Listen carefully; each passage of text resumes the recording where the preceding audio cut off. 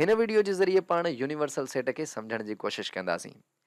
सभ खां पहिरियां मां तव्हांखे इहा ॻाल्हि ॿुधाईंदो हलां त यूनिवर्सल सेट खे सम्झण जे लाइ वेन डायग्राम पंहिंजी चङी भली मदद करे सघे थो। सो इन जे लाइ पाण इन खां मदद था वठूं। हीअ जेका शिकिल यानी 4 साइडुनि वारी शिकिल जेका स्क्रीन ते मूं ठाही आहे, इहा यूनिवर्सल सेट खे ज़ाहिर करे थी, जंहिंजी निशानी आहे यू। अच्छा, हिन यू खे पाण यूनियन ऑफ टू सेट्स न सम्झंदासीं, छाकाणि त हिते यू यूनिवर्सल सेट खे ज़ाहिर करे थी, यूनियन ऑफ टू सेट्स खे ज़ाहिर नथी करे। इन खां अलावा मां तव्हांखे ॿुधाईंदो हलां त यूनिवर्स लफ़्ज़ जो मतिलबु आहे काइनात। सो हिते काइनाती सेट मां छा मतिलबु हूंदो? हिते काइनाती सेट मां इहो मतिलबु हूंदो अहिड़ो सेट जंहिंजी कैटेगरी जा सभई एलिमेंट उन जा मेंबर हुजनि। मसलन अगरि मां पूरी दुनिया जे मुल्कनि जो सेट ठाहियां थो हिकिड़ो, त सभई दुनिया जा मुल्क जेके हूंदा उन जा मेंबर हूंदा। ईअं ई पाण वटि सभिनी रियल नंबर्स जो सेट ठही सघे थो, या किचन में जेके सभई थाम मौजूदु आहिनि उन्हनि जो बि सेट थी सघे थो। फ़र्ज़ु कयूं था त इन यूनिवर्सल सेट जो हिकिड़ो सबसेट आहे, उन जो पाण सबसेट ठाहियूं था हिन गोल दाइरे जे अंदरि, सबसेट ए। हीअ जेके सभई लकीरूं मां ए जे अंदरि ठाहियां थो, इहे सभई ए जे मेंबर्स खे ज़ाहिर कनि थियूं। अचो त सोचूं, सेट ए जो कॉम्प्लीमेंट छा हूंदो? हीअ जेका नंढड़ी निशानी आहे, हिन खे पाण कॉम्प्लीमेंट चवंदा आहियूं। ए कॉम्प्लीमेंट छा थींदो आहे? Set of all elements in U that are not in A। उहे सभई मेंबर जेके यू में मौजूदु हुजनि पर ए में मौजूदु न हुजनि, जंहिंजे करे हिनखे हीअं बि चइबो आहे यू डिफरेंस ए। हिते यू यूनियन न आहे बल्कि यूनिवर्सल सेट आहे। सो पाण हिनखे यू डिफरेंस ए बि चई सघूं था, या इनखे यू स्लेश ए बि चवंदा आहियूं। जेकॾहिं पाण वेन डायग्राम जे ज़रिए ए कॉम्प्लीमेंट खे ज़ाहिर कयूं त पोइ कीअं कंदासीं? पोइ पाण इहे लकीरूं साॻियूं यूनिवर्सल सेट में ॾींदासीं, जीअं ही जेके सभई लकीरूं आहिनि जेके ए खां ॿाहिरि आहिनि।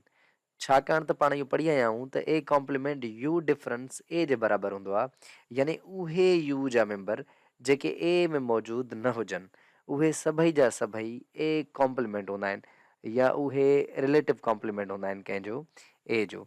सो ही सभई लकीरूं जेके मां ड्रा कयां थो, इहे यू स्लेश ए बि चई सघजनि थियूं, यू डिफरेंस ए बि चई सघजनि थियूं, या ए कॉम्प्लीमेंट बि चई सघजनि। इन खे सम्झण खां पोइ पाण हिकिड़े ॿिए मिसाल जी तरफ़ वधूं था। ही जेका मां शिकिल ठाहियां थो पियो, इहा बि रेक्टेंगल शिकिल ई आहे, या 4 साइडुनि वारी शिकिल आहे जंहिंमें 2 साइडूं पाण में बराबरि आहिनि। सो ही बि हिकिड़ो यूनिवर्सल सेट आहे। पर हिते जेको हे यूनिवर्सल सेट आहे, इहो फ़र्ज़ु कयूं था इंटीजर नंबर्स ते मुश्तमिल आहे। इंटीजर नंबर्स खे ज़ेड सां ज़ाहिर कबो आहे। ज़ेड जो हिते मतिलबु ज़ाल आहे, जेको जर्मनी ॿोली जो लफ़्ज़ आहे।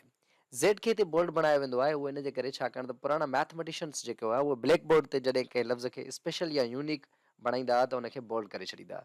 जीअं उन्हनि रियल नंबर्स जे लाइ जेकी सिम्बल्स इस्तेमालु कई, उहा बि आर इस्तेमालु कई, पर उनखे बोल्ड करे छॾियो। सो आर इहा रियल नंबर्स जी आहे। अहिड़े तरीक़े सां हिकिड़ी ॿी निशानी तव्हांजे अॻियां आई हूंदी, इन क़िस्म जी निशानी पाण खे किताबनि में मिलंदी आहे। हिते क्यू जी निशानी इहा हूंदी आहे, जंहिंजो मतिलबु हूंदो आहे क्वाशंट, छाकाणि त इहो नंबर पाण खे क्वाशंट मां मिलंदो आहे। उहो कहिड़ो मिलंदो आहे? Rational number.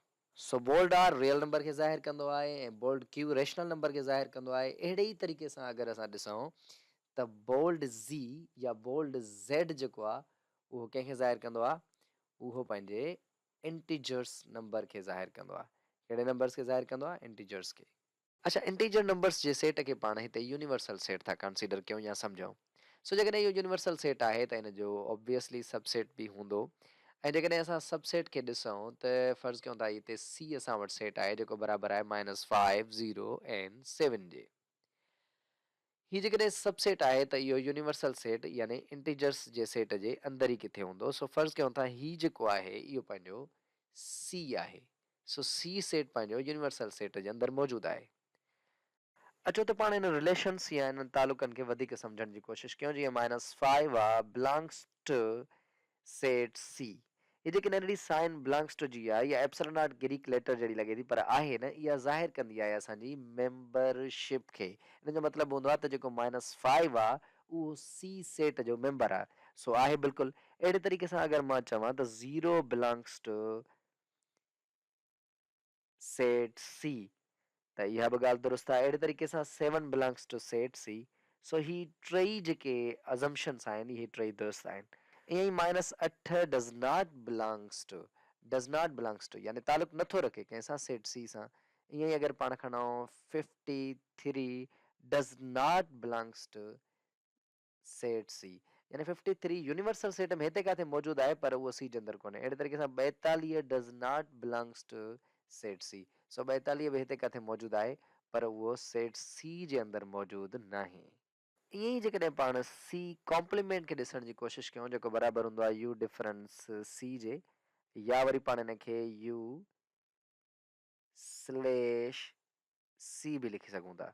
इनखे जेकॾहिं ॾिसूं त इहे सभई नोटेशन्स हिकिड़ी ॻाल्हि खे ज़ाहिर कनि थियूं या साॻे मवाद खे ज़ाहिर कनि थियूं। उहे किथे हूंदियूं वेन डायग्राम में? वेन डायग्राम में हिते जेके मतिलबु किरा ठाहियां थो इहे हिते ई हूंदियूं।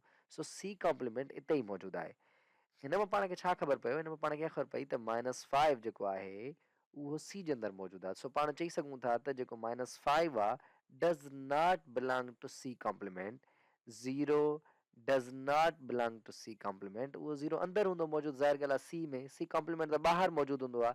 अहिड़े ई तरीक़े सां जेकॾहिं मां चवां त 53 बिलोंग्स टू सी कॉम्प्लीमेंट त हिन में का ग़लति ॻाल्हि न हूंदी। छाकाणि त 53 मौजूदु आहे, उहो यू में त मौजूदु आहे पर सी में मौजूदु कोन्हे। अहिड़े तरीक़े सां 42 बिलोंग्स टू सी कॉम्प्लीमेंट।